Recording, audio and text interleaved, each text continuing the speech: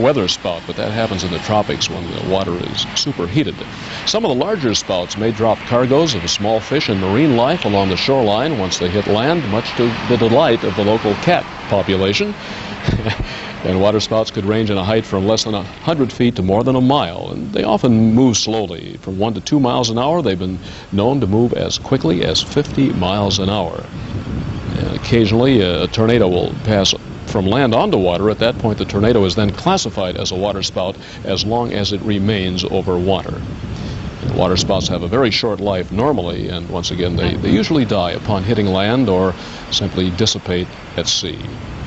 For tonight, a variable sky. We've got some rain showers still on radar, but overnight we'll see a further development. It won't be a general rain, but just a here and there thing. And in a few spots, over the high ground especially, could see some sleet, soft hail, or even wet snow mix in, and that would hold through the morning into the afternoon hours of Wednesday.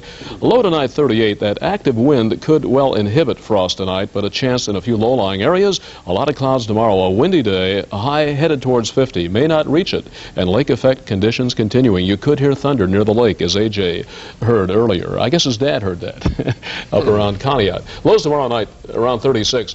Frost threat Thursday morning and again Friday morning with generally clear skies and lighter winds.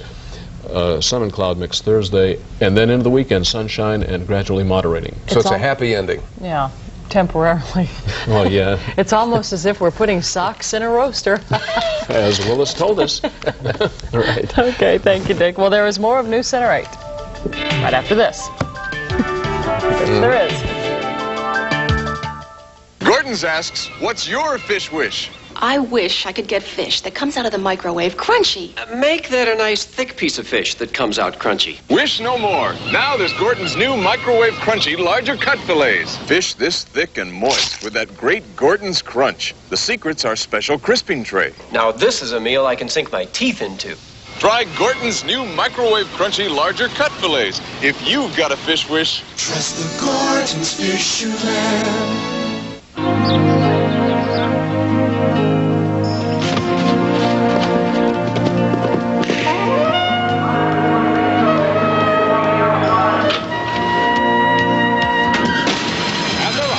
Get your free WGAR mug on Columbus Day at Thistledown. Fans who pay $2.25 admission Monday get a free thermal mug from Thistledown.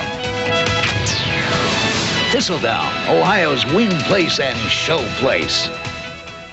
It's freebie week at the incredible eyeglass factory. Why buy one pair of contact lenses somewhere else when you get two pair for $59.95 at the incredible eyeglass factory? Plus a $17.50 care kit free. Two pair of contacts and a care kit all for $59.95. It's a fact. This week you can get two pair of prescription eyeglasses for just $69.95 at the incredible eyeglass factory. Or select any regular priced frame and get tint, scratch, and UV coat free at $28.50 value free. Freebie week at the eyeglass factory. Call for details.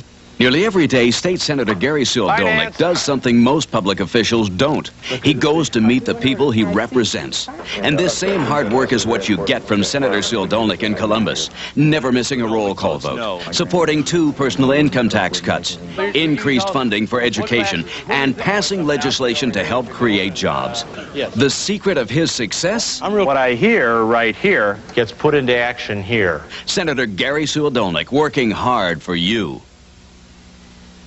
The airport dumping case. What happened is alarming. What resulted is encouraging. Here's TVA President and General Manager David Whitaker with tonight's editorial. Thankfully, there are state and federal laws to protect us against the dumping of hazardous materials. Unfortunately, there are those who, for profit or expediency or both, violate those laws, endangering our health in the process. At the time the News Center 8 I-Team first broke the story about how toxic chemicals had been illegally buried at Hopkins International Airport, the airport commissioner, Nick Bogus, denied it. Later, Bogus conceded a few barrels may have been dumped by mistake. Ultimately, investigators pulled up 148 barrels, and now a federal grand jury has indicted Mr. Bogus, who retired from his airport job during the investigation. We commend those involved in this probe, which to this point has been so vigorously pursued. We trust that the same will hold true for the remaining questions in our I-Team expose. Was it only airport waste that was dumped at Hopkins, and were there other dump sites as well? Finding those answers quickly is just as important as prosecuting those responsible. That's our opinion, and we'd like yours. Please write TV8 Editorial, 5800 South Marginal Road, Cleveland. Coming up on News Center 8 at 11, we are continuing to follow that investigation into the Northeast Ohio Area-Wide Coordinating Agency. And tonight we've received some new information giving us a better picture of what the probe is all about. We'll have details on News Center 8 at 11. And that's our news at 6. The CBS Evening News with Dan Rather is next. Thank you for sharing your time with us. We hope to see you back here tonight at 11. Have a great evening.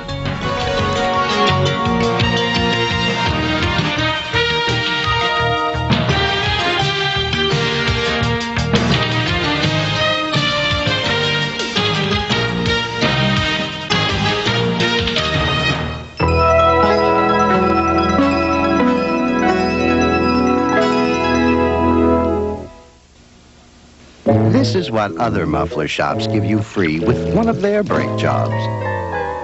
And this is what Speedy gives you free with one of our brake jobs.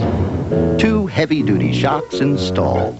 So now, whether you come to Speedy or go someplace else, all depends on which freebie you prefer.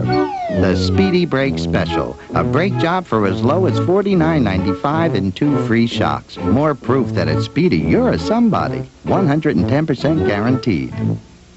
If you missed U.S. Air's first nonstop to LaGuardia, catch the next one, or the next one, or the one after that.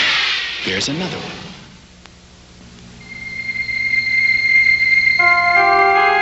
Michael Dukakis promised not to raise taxes, but as governor, he imposed the largest tax increase in Massachusetts history. He promised jobs, but since 1984, Massachusetts lost 90,000 blue-collar jobs. He promised less spending, but spent at a greater rate per capita than any other governor in America. And now he wants to do for America what he's done for Massachusetts. America can't afford that risk. Digging up dirt on the dead tomorrow afternoon at 4 on TVA. This is the CBS Evening News. Dan Rather reporting. Good evening. 5 weeks to Election Day, the night before what could be a critical Quayle-Benson joint appearance tomorrow night. And the CBS News New York Times poll out this evening indicates the race for the presidency may be getting at least somewhat tighter. Keeping in mind the continued volatility of the voters, our poll indicates 48% of those surveyed saying they'll vote for or lean to the Bush-Quayle ticket. And 46% of the more than 1,000 probable voters we polled the past 3 days say they favor the Dukakis-Benson ticket. This poll suggests that Bush running mate Quayle isn't helping Bush and may be hurting him. Case in point, Bush's margin over Dukakis was wider when we asked voters whom they would vote for if they were choosing only the president, not the vice president as well. Asked directly whether Quayle understands the complicated problems of the presidency, 40% said no. 13% said no when asked the same question about Benson. These are some of the reasons why there's a lot riding on tomorrow night's televised Quayle-Benson joint appearance in Omaha, Nebraska. Both vice presidential candidates headed for there today. Correspondent Jacqueline Adams begins our coverage. A rousing pep rally in Washington sent Dan Quayle off today to his showdown with Lloyd Benson. We are very, very proud of the job you're doing for this campaign. And we are very, very proud of the job we know you're going to do tomorrow night in Omaha. Quayle has one overriding goal in the debate: to convince Americans that he's smart enough and mature enough to be a heartbeat away from the presidency. I'm sure there'll be a few butterflies, but I am looking to this as a great opportunity. An opportunity to communicate with America.